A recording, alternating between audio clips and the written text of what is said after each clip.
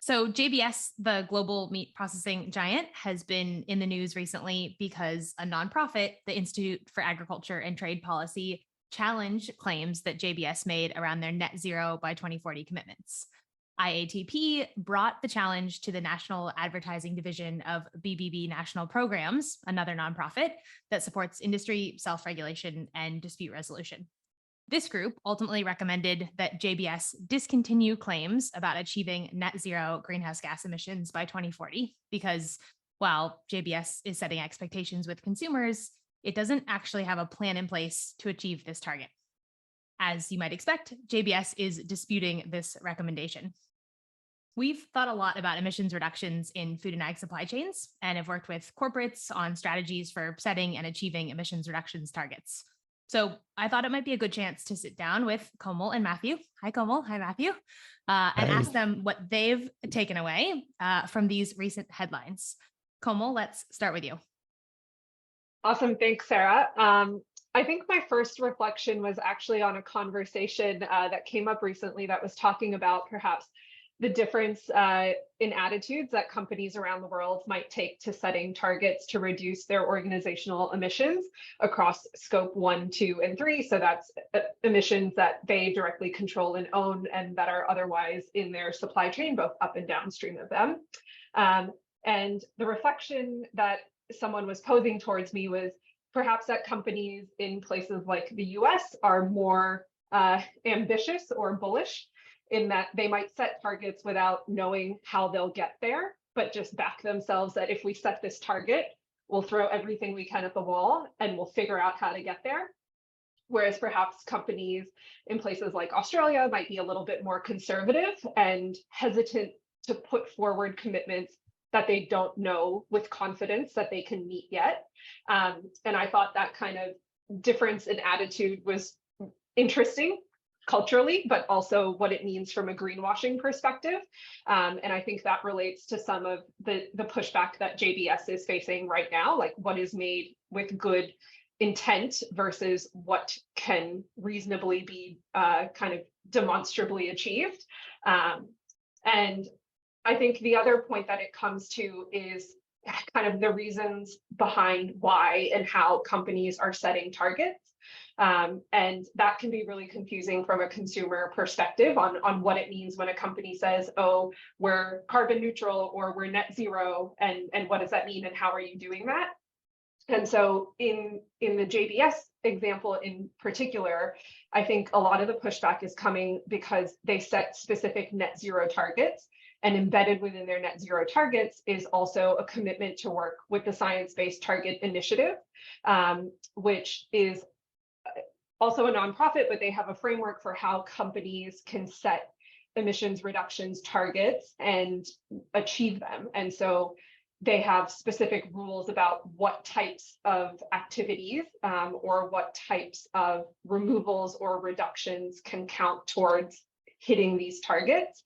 And so the takeaway really there is that why you're setting a target, is it just to kind of market to consumers, or is it to kind of satisfy investor demands or regulatory demands, and kind of the integrity of those claims and the targets that you set, which influences whether or not you can use things like offsets to meet your targets, and the difference between kind of real drawdown and removal of carbon, or things like avoided emissions, which is, oh, normally we would do X, but if we're not doing it, then we can count that as kind of on the negative side of the equation, to bring our total number down.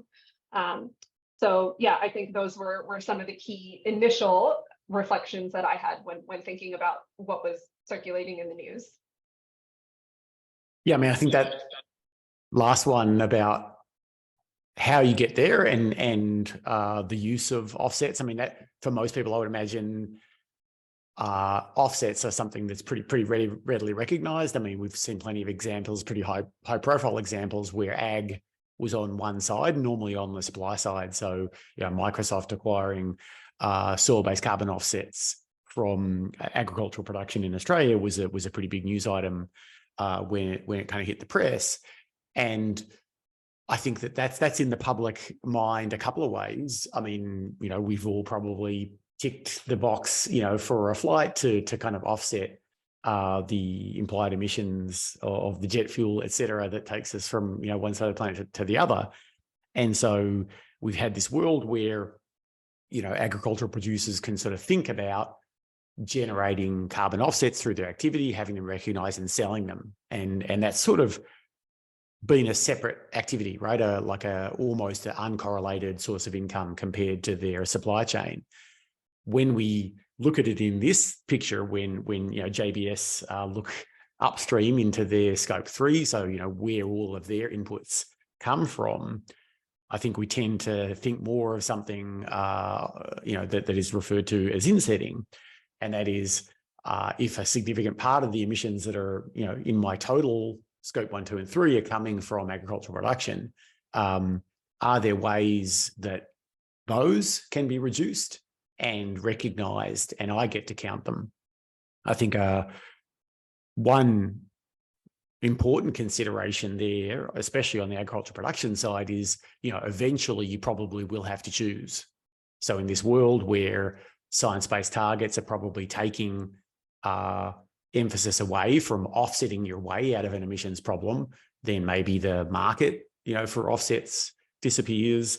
A second important consideration is, as we've seen, there are different kinds of removals and drawdowns. Vegetation and soil-based would be amongst the most common drawdowns in agriculture, and the kind of science and the market has shifted there quite a bit recently.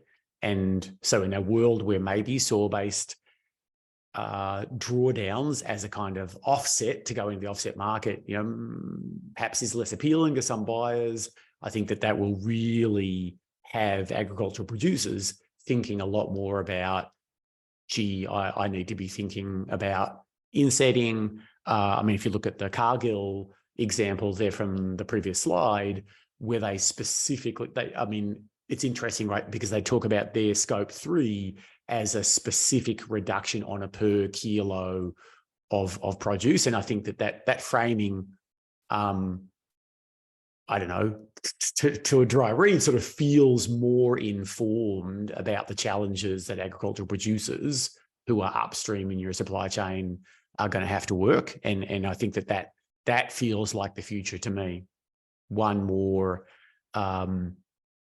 view of, how am I going to be measured? Okay, yes, I could sell get a credit, sell an offset in a market, and I get some money, and that's great.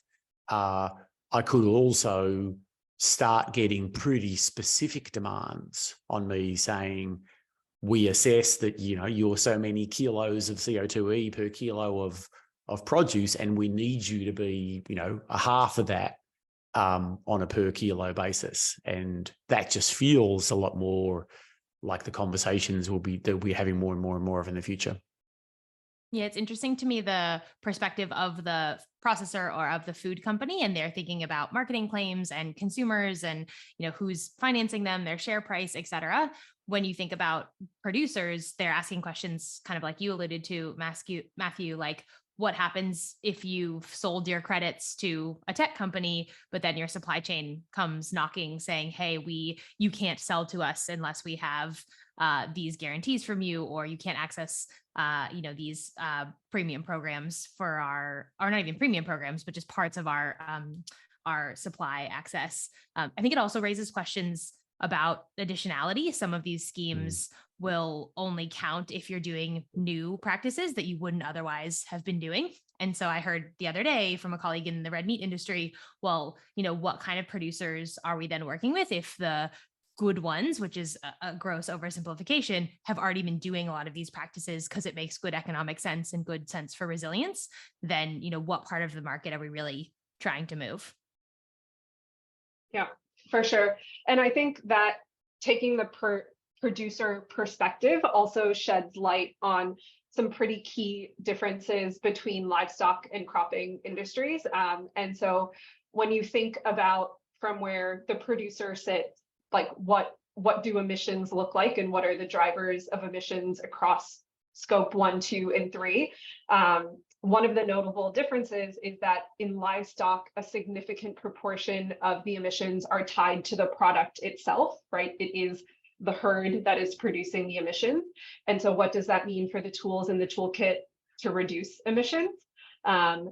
Whereas for cropping industries, right, a lot of it is actually tied up in their scope 3 emissions. It's the energy intensity of producing fertilizers and things like that. And so that just comes back to like, what are the levers that you can actually pull to influence the emissions profile?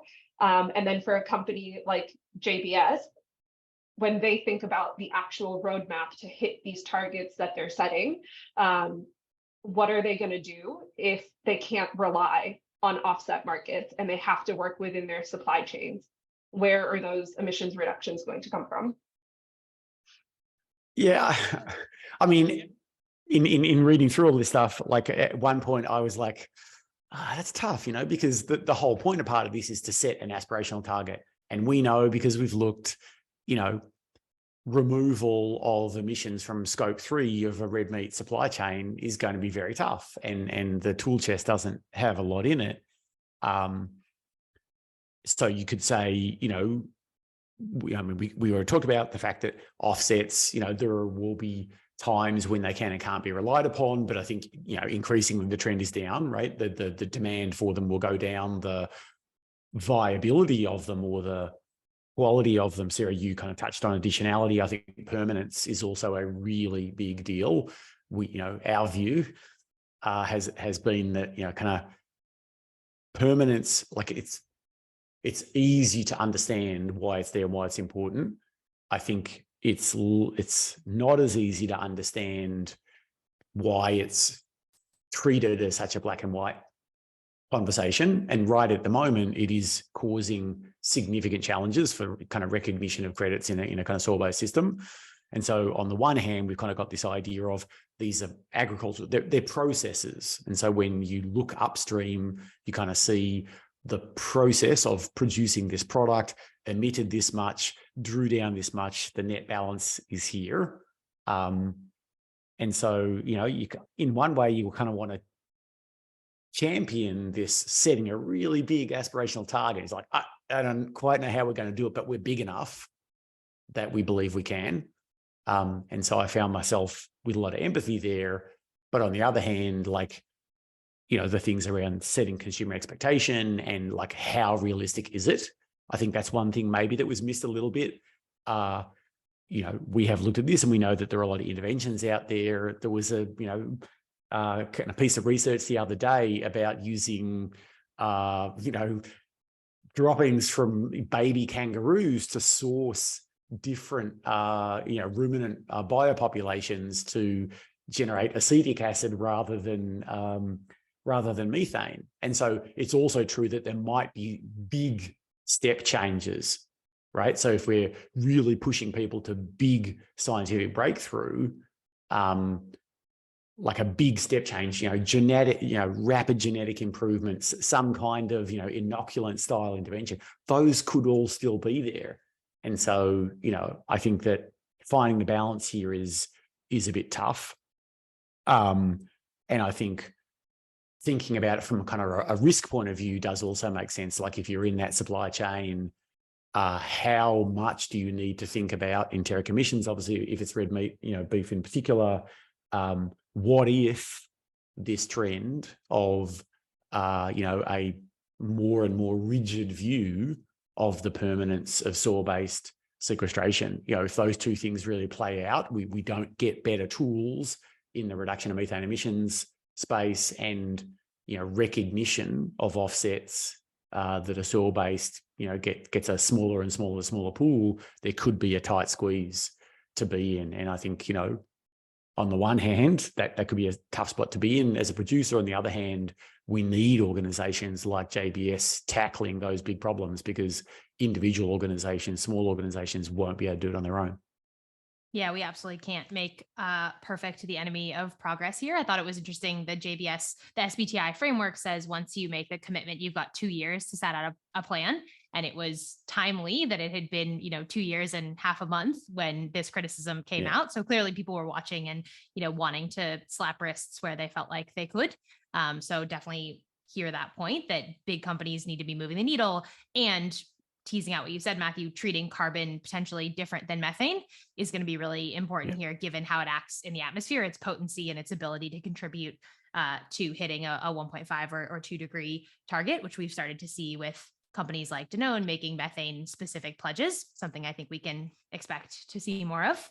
But that last point you made around like, what if the landscape shifts and offsets are less viable is one that we will continue to be exploring. And anyone listening, we'd love to hear your thoughts on next week at World Agri-Tech. We'll actually be running a shock scenario workshop to say, what if that was the only possible future? What would it mean? So for anyone at World Agri-Tech, join us, and anyone listening would love to hear your thoughts. Thanks, Komal and Matthew, for joining me. Thank you. Thanks. Bye.